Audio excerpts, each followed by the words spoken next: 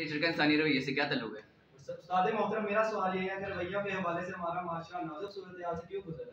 यार बात इस तरह है कि अक्सर हम क्लास में लिटरेचर पढ़ाते हुए इस बात करते हैं, और मैं आपको ये बात बताने में शायद कामयाब हुआ हूँ या नहीं।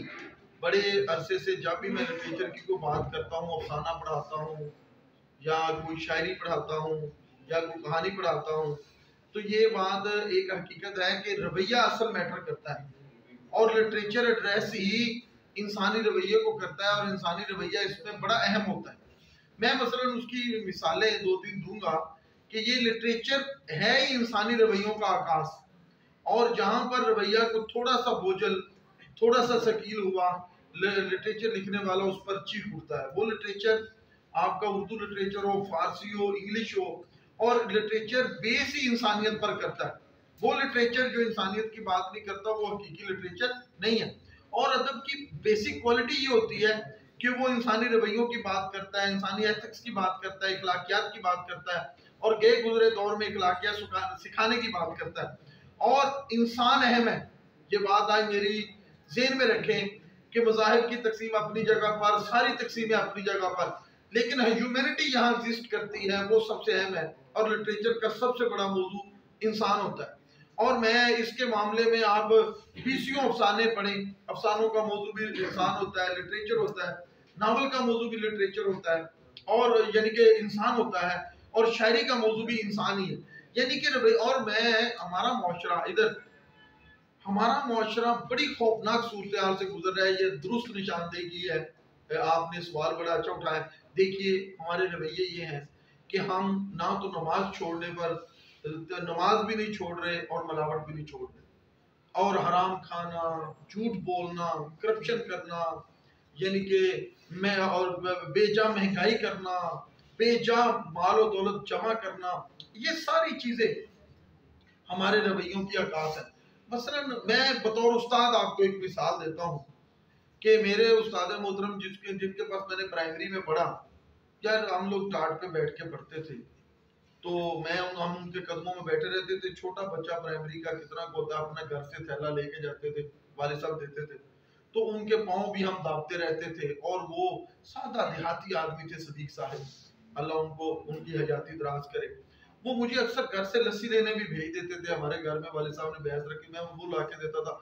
लेकिन एक बात ज़हन में रखना, रवैये, शऊर, नूर जिस तरीके से उन्होंने हमें दिया, वो ये आज का मॉडर्न उस्ताद दे ही नहीं सकता।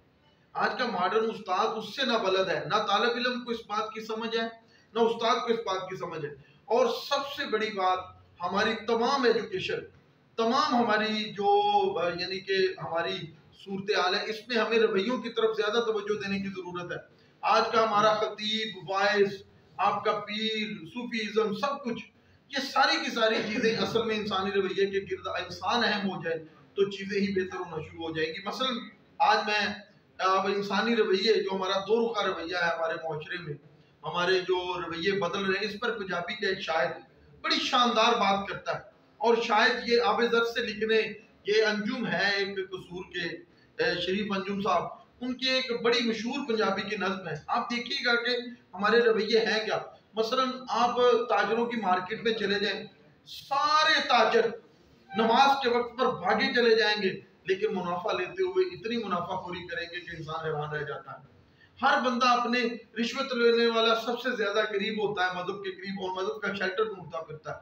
और मैं आप ये बच्चे ही बात ज़हन में रखिए, हिंदुस्तान में जितना इस्लाम फैला, फातिहीन की बदौलत नहीं। फातिहीन तो शायद किसी और मकासद के लिए भी हिंदुस्तान आते थे। हिंदुस्तान में इस्लाम टोटल रवैये की वजह से फैला है। वो रवैया जो सूफिया ने अपनाया था, उन्होंने इंसान को मुकद्दम किया था। वो हुजरे में बैठते थे, जो शख्स भी उनके पास आता था उससे प्यार करते थे, मोहब्बत करते थे, उल्फत करते थे। ये असल में खित्ता सूफीज़म की ज़रखेज़ी और उसकी क्यारी से तैयार हुआ है। तो मैं ये एक अंजुम साहब की नज़्म है पंजाबी की, वो आपको सुनाना चाहूँगा, तो आपके सवाल को भी एड्रेस हो जाएगा। कहते हैं कि हज भी कीती जांदे हो, हज भी कीती जांदे हो, लहू भी पीती जांदे हो, हज भी कीती जांदे हो, लहू भी पीती जांदे हो, खाके माल यतीमा दा, खाके माल यतीमा दा, पज मसीती जाते हो, खा के माल यतीमां दा पज मसीती जाते हो, हज भी कीती जाते हो, लहू भी पीती जाते हो, खा के माल यतीमां दा पज मसीती जाते हो। फट दिलां दे सींदे नहीं, फट दिलां दे सींदे नहीं, फटे हुए दिलों को नहीं जोड़ते, टूटे हुए दिलों को नहीं जोड़ते। फट दिलां दे सींदे नहीं, टोपियां सीती जाते हो, फट दिलां दे सींदे नहीं, टोपियां सीती जाते हो। अच्छा जी, आगे वो कहते हैं कि छुरी ना फेरी नफसा ते, छुरी ना फेरी नफसा ते, मैं मेरा झगड़ा ना का झगड़ा, ये रवैया है सबसे बड़ा, मुझे क्यों कहा, मेरे साथ क्यों हुआ। छुरी ना फेरी नफसा ते, दुंबे कीती जाते हो, छुरी ना फेरी नफसा ते, दुंबे कीती जाते हो। दिल दे पाक पवित्र गुजरे, दिल दे पाक, पंजाबी का हुस्न देखिए, पंजाबी में कितनी लताफत है। ये हमारी लैंग्वेज है, तो मदर लैंग्वेज है हमारी, और हमारे खिता इस पर बजा तौर पर फख्र भी कर सकता है।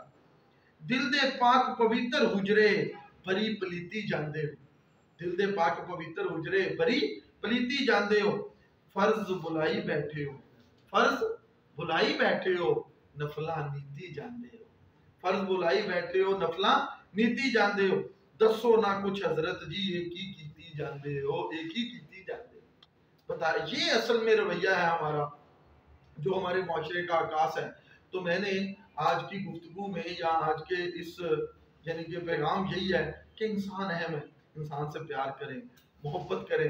वो मौलाना रूम ने कहा था कि मैं पूरा यानी कि पूरा शहर फिरा चिराग लेके, मेरी एक भी बीना शख्स से मुलाकात ना हुई। उससे मुराद ये था, ये नहीं कि सारा शहर ना बीना था, उससे मुराद ये था कि वो शख्स जिसका दिल धड़कता हो इंसान के लिए। तो इंसानियत मुकद्दम है। बहुत खुश रहिए, दुआएं।